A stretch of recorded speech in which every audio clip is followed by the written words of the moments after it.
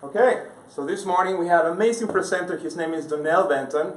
He is located at the Arcade Mall. It's the first mall right there located on Main Street, built in 1912. He went through a lot of challenges to get where he's at right now, and I'm going to introduce you right now, Donnell Benton with Genius Repairs. So let's welcome him. Thank you guys, thank you guys. You put your Yes. presentation.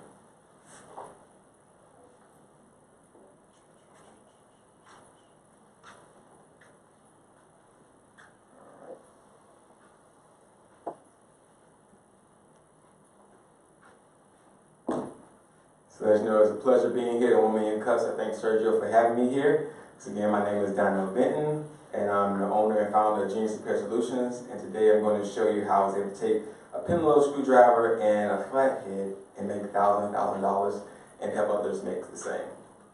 So, this is me again. Thanks Sergio for that picture. Alright, so I'll give you a little bit of my background of how I started into the electronic repair business. Those who know what Genius Repair Solutions stand for. We're an electronic repair company.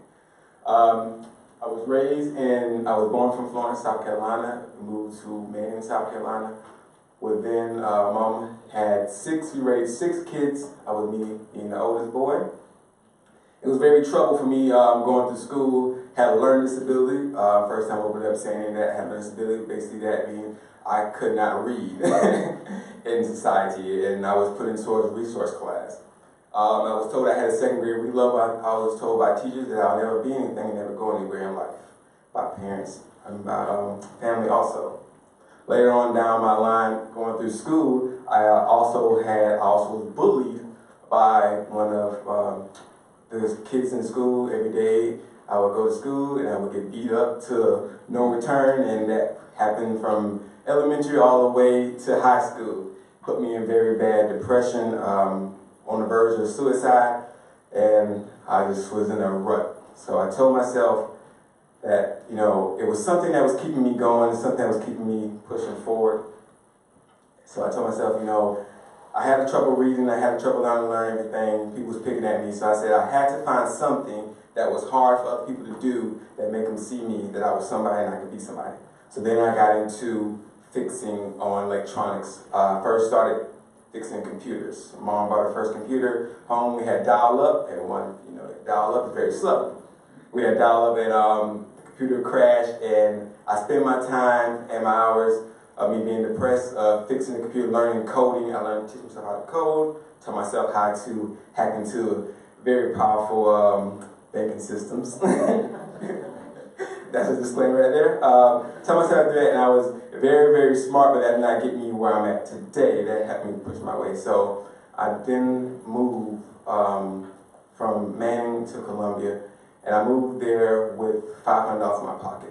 I was able to land an apartment with no lights on, but just water. I was eating spaghetti for a whole 2 weeks in a dark apartment. Later on, I started looking for different jobs, and I landed a job at Walmart. So it wasn't the job I wanted, but it was a job in the meat department. And I wanted to progress my learning and help others. So I started wanted to transfer to the electronic department. I was later on 6 months down the line working at Walmart. I was told by my manager that as long as she's working here, I would never move up. And she would make sure that. Don't know why she had an attitude, but she did. So, as you can see, that when someone tells me that, I do not want to come to work anymore. So I started coming in late, not at all, didn't do my work at all. It's like, hey, if I can't move up, why be here? So it was a gentleman that brought me a cell phone one day while I was in a break room and asked me, could I help him fix this? Me not knowing anything about this device, I told him yes. So I took it home and was scared, but with my analytical brain, and I knew that if I can fix this device and prove to him that I was somebody, that he will then tell everybody.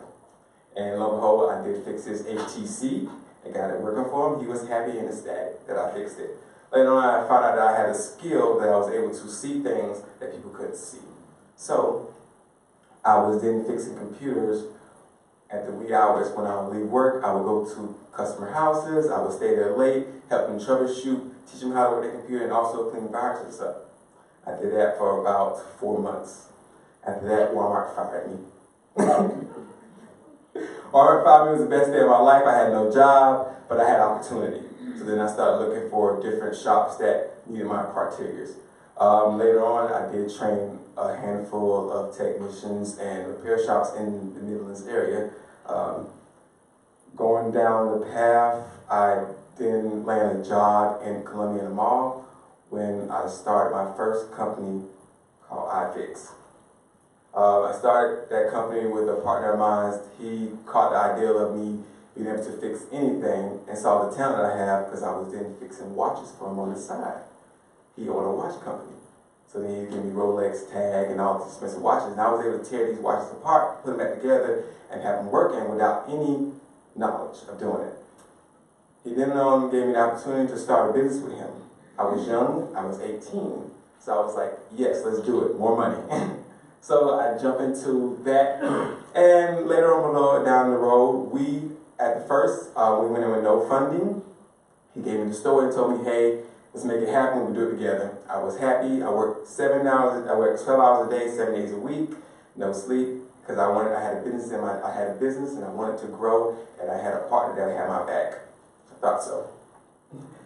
4 months down the line, we accumulated making over $114,000 just off of cell phone repair. No knowledge of how to do it. I was not getting paid my rightful share, and when I brought the attention up, all hell broke. I later was kicked out of the mall, banned for 3 years. Also, I was escorted out of the mall, probably focus off. Then later on, it was, I would say it was a bunch of lies on my behalf, but fighting the courts and fighting my ex-business partner, I later on won my case and was able to come back in the mall. By being back in the mall, I landed another job in a partnership with a company called Solaris. Solaris is a company that sells a lot of cell phone cases, and they also do cell phone repair. I was the first guy that helped them start that journey.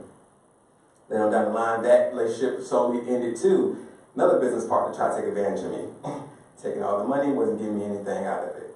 So you can see I have very poor habits of bad business partners.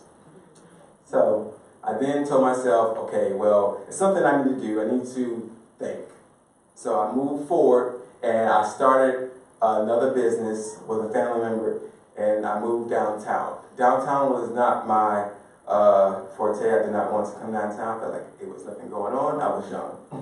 So I moved into Arcadia Mall. It was slow. We had not much going on. This is the store when it first opened up, and we're trying to get more pictures of how it is now. We did some modeling. But I landed that with a family member, and 3 months into the business, they told me, well, I started that business with no funding, zero capital. They landed me in the business and told me, hey, make it happen. I heard that before. So I'm sitting here, I had to make extra money, so I then got a second job, part of running the store with Pita Pit. I was leaving my store at 5 o'clock, going to Pita Pit at 5:30, and getting out at 4 in the morning. Because I know Pita Pit had closed at 4 in the morning. So I was leaving there and I was doing that cycle. It was burning me out, I was exhausted. Later on down the line, me and my family member had a discussion about me not getting paid. It was paying me $200 an hour. And who's going to take $200 an hour when I got a brand new baby on the way? Can't afford my bills for that.